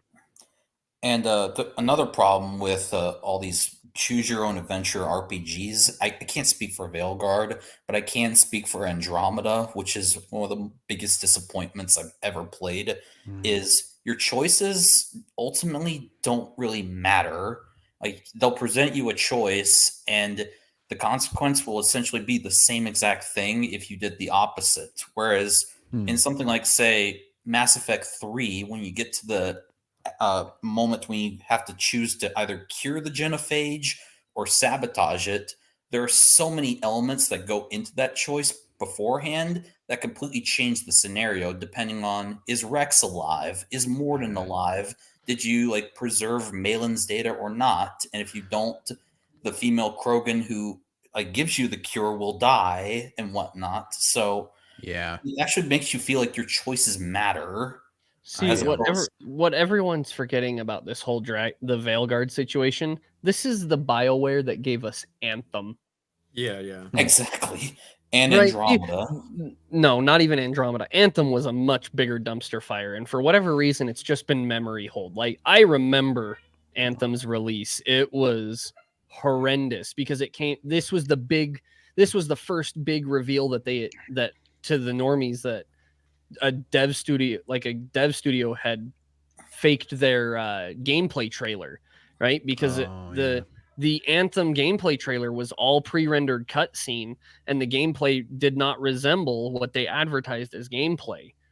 Right? It's one thing to say this is a pre-rendered cutscene on the game engine. That's one thing. If you tell me that, I'm not gonna fault you for the gameplay not looking like that. It's like it didn't make sense, and then they scripted. I remember that first Anthem trailer, right? With like the first reveal and fucking flying around. It was like, holy shit, this looks like it could be fucking awesome. Walking through the crowd and then just launching from a ledge, like the crowd density and the crowd, like the crowd generation is what really got me with that. I wasn't gonna buy it because I didn't have the cash at the time, nor did I have. I think I only had like a 360 at the time, or I had a PlayStation 4, but I wasn't gonna play Anthem. But watching that trailer had me dumbfounded. I was like, "Holy shit! Is this really where we're at?" Because it was advertised as gameplay, and this is what you were gonna see. I'm like, "Oh my god!" Yeah, well, because Sony is very happy that Anthem did that, because before that, the famous one was always Killzone 2 that showed their pre-rendered thing. And then, although that game ended up looking better in a lot of ways by the final release. Yeah, But and Killzone like was a fairly complete game on launch. There were bugs and stuff, and it was kind of in that beginning era of games can be updated on the fly, whatever. Right? We want if you're patching bugs that people find, because QA is not going to find everything. It's going to be your speedrunners that find everything. And if it's a bug that breaks the game for regular people, you patch it. If it's just a bug that's used for speedrunning that nobody's ever going to interact with, you don't need to patch that. Yeah. Because then you get into spaghetti code territory like Siege. Eesh. But Anthem's gameplay trailer from that E3, and I rewatched it I don't know how many times because I couldn't believe that's what the technology we had reached. But then you find out it's pre-rendered, it was played on a PC with a controller hooked up to it. The entire thing was scripted, because if you went out of the boundaries of the script, nothing was rendered, and it would have just been a blank, like it would have been a blank Blender scene essentially. And the concept for the game was still kind of up in the air, and someone had a half-assed pitch had a half-assed game pitch that they pitched to the CEO, and he was like, make that, but I want it to be like this. And then when they showed him the gameplay trailer, they still weren't even sure that that's what they were going to do, because devs were coming out saying, is this what they asked the question when they saw the trailer for the first time, is this what we're doing? Blah, blah, blah, blah, blah. And it was this huge thing. Anthem ended up getting like maybe 10K concurrent players or something. And it became unsupported in like 18 months, because it was the record for the fastest time for a game to become unsupported. Concord beat the shit out of that record. Obliterated that record. 18 months, that's a lifetime. Yeah. $400 million budget for that. Yeah. What was that, like a week and a half? Concord said, hold my beer. It was like 2 weeks. It was 2 weeks, but it was announced like a week after that, hey, a week from now, we're taking everything offline. Yeah, and it wasn't even a full week. It was like 5 days. Yeah. Sony's like, those are rookie numbers. We got to pump those numbers up, baby. Yeah. And we got to pump those numbers down. Yeah. Obviously, the media is already kind of crowning Veilguard as a massive success. There is a little over 80,000 people playing it right now. Ironically, there's more people playing Baldur's Gate 3 right now, over a year after its release, than Veilguard. Well, hold on. It's even worse than that, because I don't know if you heard what Monster Hunter did. The Monster Hunter demo. The demo. Yeah, the beta, which... No, it's not a beta. It's a demo. It's a demo, not a beta. There is a difference. Say that again? Demo, yes. A beta is for unfinished product. A demo is a finished product from a piece that's a piece of the whole. They have completed the demo, because the demo will either be essentially like a TV show pilot, and they just take everything from it and put it into something different in the game, like the mechanics, or that entire mission is in the game. That is a demo. A beta is you are playing the entire game, usually a multiplayer game, to test for bugs that QA didn't find. Because let's be honest, being described as, like, even when you go to look at it on Steam, it's the Monster Hunter Wilds beta test. Like, that's what it's described as. Regardless, it had 500,000 people playing it.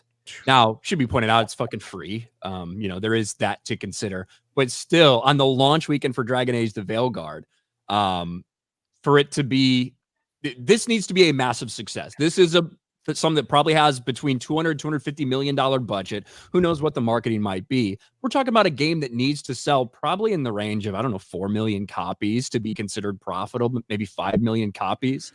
And right now, 80,000, it certainly is not a Concord type of situation. There's really no anticipation that it could be anything that low.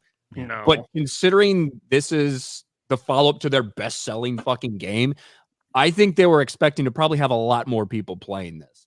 Because if it doesn't tap out at 100K at some point today, it's not going to. This is the launch weekend for it. Yeah. If it hasn't hit it by now, it's not going to. What did Starfield because they reach? usually hit your highest numbers in at night on day 1 or midday day 2. Well, this Sunday is the biggest numbers they've had, and it makes sense over the weekend, right? But to answer the question you just brought up, what was Starfield? 330,000. Yeah. And And remember We how saw that turned out. yeah, exactly. And what is basically the, what is the assumption we're making with Starfield? It's kind of a big disappointment. They didn't do as well as they thought. Now we have Dragon Age: The Veilguard, 80,000. It's trying to be crowned as some huge, massive success by the mainstream media. And this is certainly not a Concord level flop or a Suicide Squad Killed a Justice League level flop. I don't think there's ever the anticipation that it would be, but it is certainly a disappointment. And you can put out all the headlines you want about, wow, BioWare breaks their Steam record. Yeah, EA didn't put games on Steam from like 2011 through 2019. So BioWare's Dragon Age fucking Inquisition launch on Steam, that happened like 5 years after the game was first released. Because they had an Origin exclusive contract. It had to be released on the Origin marketplace. Exactly. Yeah. Which doesn't exist anymore, by the way. Well, and you take into account Veilguard is such a huge success that they just announced there's no plans for DLC. Well, and you take into account, Brand, I mean, this is the fourth game in a really popular series. I know 2 was disappointing to a lot of people back in the day. I've never played it. I actually did get Origins at a con not too long ago, so I'll play that on PS3 sometime. But yeah, I mean, like, it won Game of the Year at the previous release, which was like 2014. So for such anticipation to be built up, presumably for such a big IP, and then one thing I'm just hoping for is that Microsoft, please don't cut them a Game Pass check. Don't reward them for this. No. Because they're probably begging for that right now. Like, oh, please just give us a big lump sum of money so we can save it. Well, and I don't know if you guys heard, but there are rumors, and these are just rumors. I haven't confirmed them myself. But there are rumors that Veilguard was supposed to be a live service game. And apparently... And apparently some of the social mechanics and aspects are still visible in the gameplay. I haven't seen any of that, but yeah, like this game has been in development for a long time, obviously. It's been a decade since we saw the last Dragon Age, and I believe it was like maybe 2019 where what they were working on, they essentially scrapped it and started over. But I don't know about the live service stuff. Obviously, it got a name change just fucking 6 months before it's released too. Turned from the Dreadwolf to the Veilguard. But and now that you mention it, Ryan, the whole like they scrapped everything they did. It's the same thing happened with Andromeda. They were working on a game for a couple years and then just scrapped a bunch of it and started off all over again from scratch, to the point where they only had like 8 months to scrap together a story to tell in the game. And so when you play it, it just reeks of unfinished. And you had the retarded flumpy faces and Oh, I remember the glitches. I'm sorry, my face is just tired. Well, and then they've already announced, hey, we have no planned DLC at all for this game. Everyone is now focused on Mass Effect 5. But there's no hope for Mass Effect 5, because as Reefer mentioned with Call of Duty, all the people who made Mass Effect great in the beginning are now gone. I'm pretty sure Casey Hudson is gone. I know Drew Karpyshyn is gone. A lot of the big time programmers and writers are gone. So I don't. A lot of them dipped out during the development cycle of Mass Effect Andromeda and Anthem. Well, you brought up earlier some of the choices that they would write into Mass Effect, which were real moral quandaries that you actually would agonize over, because they were wildly divergent choices. And like, I went back just to save Mordin Solus. I went back to the first game, did an entirely new playthrough just to set up the exact scenario to save him. And the other thing that you're never going to get as far as player investment is you're never going to get a character that looks like Miranda again, so you're not going to have people going back and replaying the game to get that Miranda ass. Anyways. I know. As soon as I started playing Mass Effect 2 and I saw her, I was like, I'm fucking her by the end of it. Well, yeah, it's like the chick from BioShock. Oh, yeah. I can't remember her name. Elizabeth from Infinite? Yes, BioShock Infinite, the game that drove Blender technology advancements for a certain industry. But like, I don't know if you guys have seen this, but American localizers are telling Eastern developers to censor their game, like, oh, there's a bit too much cleavage shown here, or that skirt's a little bit too short there. You need to censor that because people won't like that in America. Oh, really? They won't like it. Yeah, the people that are That is what these Eastern developers are being told. And then if they are like Stellar Blade and they work under the publishing umbrella of Sony for this project, it's pretty much enforced because you'll just not get a Western release. Your publisher will tell you to piss off, and you're stuck up shit creek without a paddle. I don't know. There's been some stuff.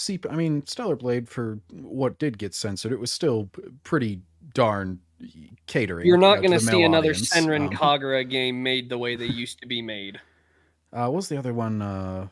Is it? Yeah, First Descendant. I was playing that over the summer, and I was very surprised by how much they catered to the dreaded male gaze. The fan service, yeah. Yeah. Well, it's just shitty that it's shitty that the only industry that's doing that properly according to their consumer base is the mobile gacha industry, right? Well, hold on. What's even worse is that the only places that are doing it are outside of the U.S. More specifically, China. Oh yeah, because it's such a win for the anti-woke crowd to buy a game like Black Myth Wukong, a game that was funded by China. But they support communism. Well, it's not that they do, they're required to. Every company that's started in China... We're talking about the woke mob. Yeah, I'm saying spreading out. Calm your tisms. There were so many people who thought because Black Myth Wukong was such a huge success that it was like a win for the anti-woke crowd. And we were like, dude, it's a game made by China. Yeah, that's true, but also there can be two things that are true at the same time, right? Right. Yeah, it's a game from China, but also it's a game that if you've played it, there's not like some sort of fucking communist propaganda shoved down your throat, but it's literally just a game that's about being a game.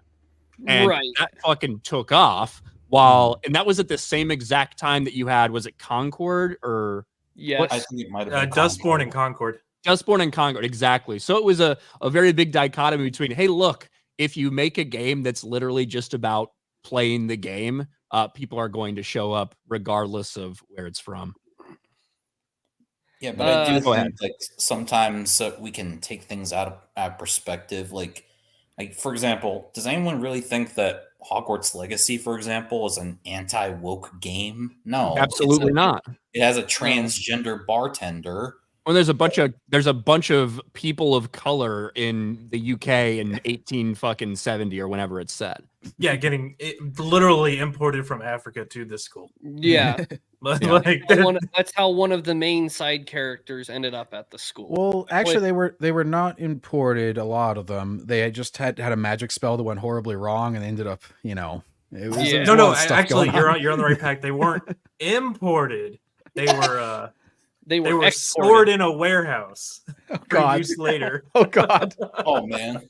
No, I just saw this in the chat from Grateful Gamer. Nintendo America does not allow fan service, right? So, that's what people tend to forget. Yeah, I'm sorry, but anyone who gooch licks Nintendo, you're an idiot. Nintendo is one of the biggest problems in the gaming industry, but not for the woke shit. Look at what they're doing to Pocket Pair right now, trying to sue them over patenting a game mechanic that they patented after the game release. Yes, but it's Japanese courts, so the people with more money win. Because I don't know if you guys know this, but companies like Samsung and Nintendo have bought and paid for politicians in the Japanese and South Korean government. Right? It's just as... Yeah. Oh God. My perfect Far East is corrupted. Oh no. I love Nintendo. Nintendo's amazing. But the problem with Nintendo is they have the Japanese arm and they have Nintendo America. And Nintendo of America has the same localization issues that the anime industry has, that Sony has. the issue is not with the dev company of the Japanese devs in Nintendo. This is discounting Game Freak because Game Freak doesn't deserve any praise. It's with the localizers that stand between the of the American publishing arm, that stand between the devs and the customers. They are the ones causing the issues, and those are the people that are like your Sweet Baby Inks and all these other consultancy companies that hate the end product consumer and will do anything they can to make the entertainment medium or product that you are going to purchase as terrible as possible because they don't want you. Or they want to change you, or they want to find a new audience. It's not that they want to change you. They want to create the modern audience with kids that are growing up right now. The mythical modern audience that will It's never not come. mythical. They are creating it right now. I know you guys hate VTubers with a passion, but you need to listen to Kirsche Verstahl on this. She's the only one covering Bridge and all the BS that's going on with that. That's infecting corporate America and all of our entertainment industries. They're attempting to create it. That's what they're trying to do. Well, no, Yes. I'm going to disagree with you vehemently on that because they are creating it. They're not trying. They are. They are creating it. Yes, that is the goal of this. This is the social or the cultural revolution that they want. This is the West's version of Mao. And right now they are fucking winning. And it's Right, but when I'm saying they're attempting to create it is right now you see and one of the reasons when you look at some of the properties in Hollywood, gaming's an entirely different thing that spans way bigger than the entertainment industry. But you're seeing fewer and fewer people actually tune in or care that are younger to these things. In part because they have other things that they can be doing with their time, whether it's literally something as brainless as scrolling through TikTok or Instagram, or whether it's fucking playing games. But a lot of people, they're trying to force on people and trying to make that their only option, but it's not working in all cases. That's what I'm saying. They're attempting to create this modern audience and force it upon everyone. Well, it is because they own the infrastructure to distribute it. Like all the mainstream media, everything on the front page, everything that's in your face is them. Like the indie devs aren't making huge games like Monster Hunter that's actually creating any culture counter to them, or even just a standard culture. And I do think one thing that has been really nice for me for the past few years is entertainment has gotten a lot less good. It's given me a chance to go back and look at stuff I've missed. So I think a lot of the people who are doing this to entertainment are hoping that the audience will go, yeah, but I don't have any other options, so I'll just consume anyway. Whereas me, I'm just like, no, I'll just watch some old movies, play some old games. I don't need to play anything that's funded by Sweet Baby Ink. Hey, good fucking luck with that with gamers because we all got backlogs. And mine is like 2 of my fucking shelves back there probably are just purely games I haven't even played yet that I bought. So if you start making a bunch of shit, I got plenty of time. We'll wait you out. Is it correct what I heard somewhere that Sweet Baby Stink has changed their name?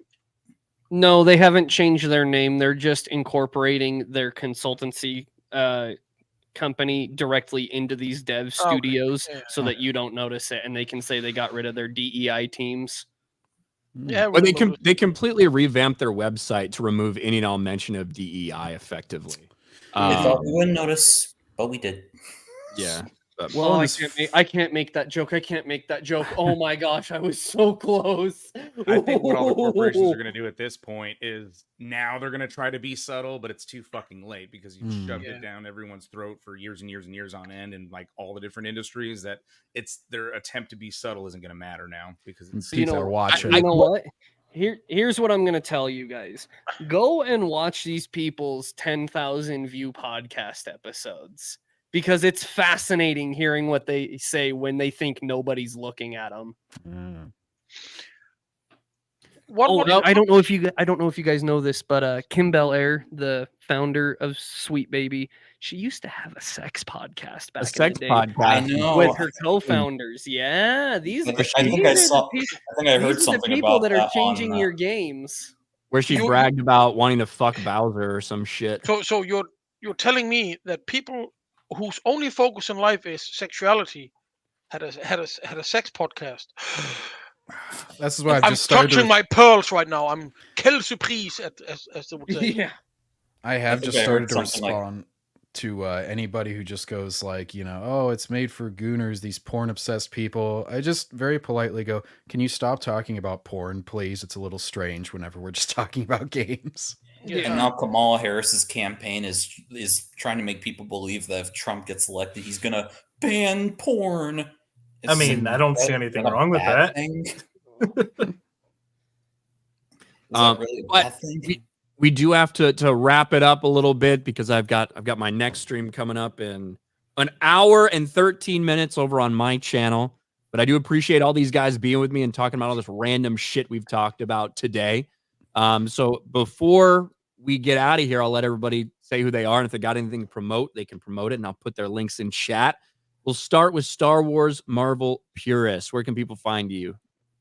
Thanks for having me on, man. You can find me at Star Wars Marvel Purist on either YouTube or X. I got a lot of stuff going on right now. I'm having a lot of fun. I've just had a 1-year anniversary. We're at like 717 subscribers last I checked. Partially monetized about 3 or 4 months ago. We got 84 members. We're killing it, man. We got lots of people that are watching a lot. So getting into the new Jedi Order, my flagship for my channel, and what I wanted to do is like deep dives into Star Wars books and then Marvel comic runs. So I'm going to be covering Vector Prime next Saturday, coming up at about 6 p.m. Central Time with OG Star Wars, Darth Paz, and Star Wars Scran.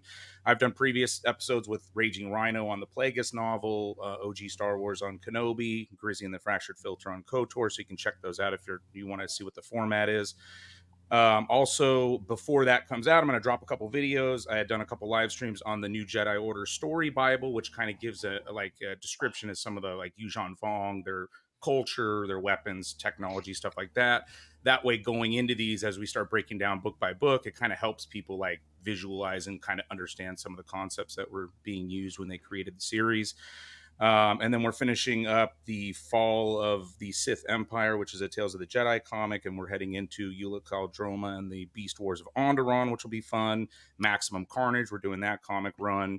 Just all kinds of stuff. I plan on having Network of Nonsense on November 18th or 25th, tentatively. We're going to do Rick Remender's Uncanny X-Force run, which is like one of the better comic runs like in the mid 2000s. Got a lot of stuff going on. So check it out. Subscribe, get it a watch. Watch a video, see if you like it. There's lots of different stuff and whatnot for people to check out of OG Star Wars and Marvel. Hell yeah. I put the link in chat. Go check it out. Thank you for being here. Grandmaster Chris, what about yourself? You can follow me on YouTube and Twitter. I don't really know if I want to promote anything because I don't want to make any promises that I can't keep, but I am working on some certain things. And hey, Purist, are you there? Yeah, what's up? I'm just asking if you ever plan on doing a series about the Legacy of the Force series, can I hop on? Because that's like my favorite storyline in the EU. Yeah, man, sure. I mean, we're gonna get there. Maybe we can definitely work something out. But yeah, NJO is gonna take a while. We've got some other books, but yeah, I'll keep that in mind. I'll make a note of it right here. Okay, cool. That sounds awesome. Can't wait. And one last thing, go out and vote like your life depends on it, because it does. Especially if you're in Pennsylvania and you're more important like me. Yeah, No one cares about you. Swing states votes matter more, I suppose. Yeah. Unfortunately for me, I live in Tennessee and we're pretty red over here, so I don't think my vote's gonna matter that much. Yeah. I got to do it anyway, though. Got to do it anyway. I voted on Friday right before FNT. So, but thank you, Grandmaster Chris. Check it out. Sleazy, where can people find you? Find me on my channel at Sleazy Society. I got a couple things. One of them's coming really quickly. Like me? No? Okay, there's somebody. So I did about an hour-long video, talked about gatekeeping and how we can actually create more culture and trying to encourage people to actually purchase things that people create. Because, like I kind of discussed briefly here, I do have an hour-long video on it. I have a video game that we've been working on for about 5 years now. We're to the point where we just need to make everything look pretty, at which point we will be putting it on Steam for early access. And I've got a script completed for a movie. I'm currently casting some people. My idea is to hit up Epic Mike and be like, hey, you want to throw this out on the Epic first? It's done. Just put it up. Wow, there you go. But yes, so if you're a member on my YouTube channel, that is where the funds go. I don't just put them in my pocket and walk away and make YouTube videos. Sorry, Ryan. Oh no, it's all good, dude. That's awesome. I saw that. I don't have. I've said this a lot. I think it's awesome. There's creative people out there that have stories to tell. I don't really have a story to tell, and so I feel like if I don't have a story to tell, it's not really worth trying to create one. If I don't have one I want to tell. What are you talking about, Ryan? Your struggle with fast food people. It sounds very entertaining. I was just thinking. If somebody ever wants to make a fucking biography on me that after I like shoot up a fast food place, that's fine. Okay. Serial killer movie about going after bad service people. I was just thinking about like a noir film with about Ryan. They fucked up his order. He seeks retribution. How's it going, guys? I'm Ryan, and today we are going to be remaking Postal in real life. It's like the video game Hatred. But yeah, go check out Sleazy. Put his link in the chat. Mr. J, what do you got? Yeah, nothing really much. I don't do anything other than being a nerd. Go vote, guys. I'm Danish, so I can't vote, but go vote. It's a privilege. We can't vote here, but yeah. There's like 5 billion people on the planet that don't have the privilege of choosing their leaders. Go vote, enjoy it, have a party, celebrate your democracy. Hell yeah. And Sir Reefer, who's going to be starting a video game rant channel. No. No. All I'm going to say is pirating from giant corporations that hate you is morally and ethically. You are obligated to do it morally and ethically. If you pirate from indies, you can go rot in hell. You wouldn't download a car, would you? Oh, yes, I absolutely would. If I could, yeah. Well, thank you, Reefer. Thanks for being here. John Getz, where can people find you? Well, I'm at John Getz Gaming is the YouTube channel, spelled like my name, not like the word gets. But I will plug for Purist here because I think, Ryan, if you could make it on for one of his Star Wars debate episodes, I remember one where we had, what's his face? Count Dooku against... And if he's listening, he can fill it in. But Seeing the Blade Master. Yes. From the Bane and so I was thinking the whole time, I'm like, Ryan knows all this EU shit. He could totally contribute to one of these if you find the time or whatnot.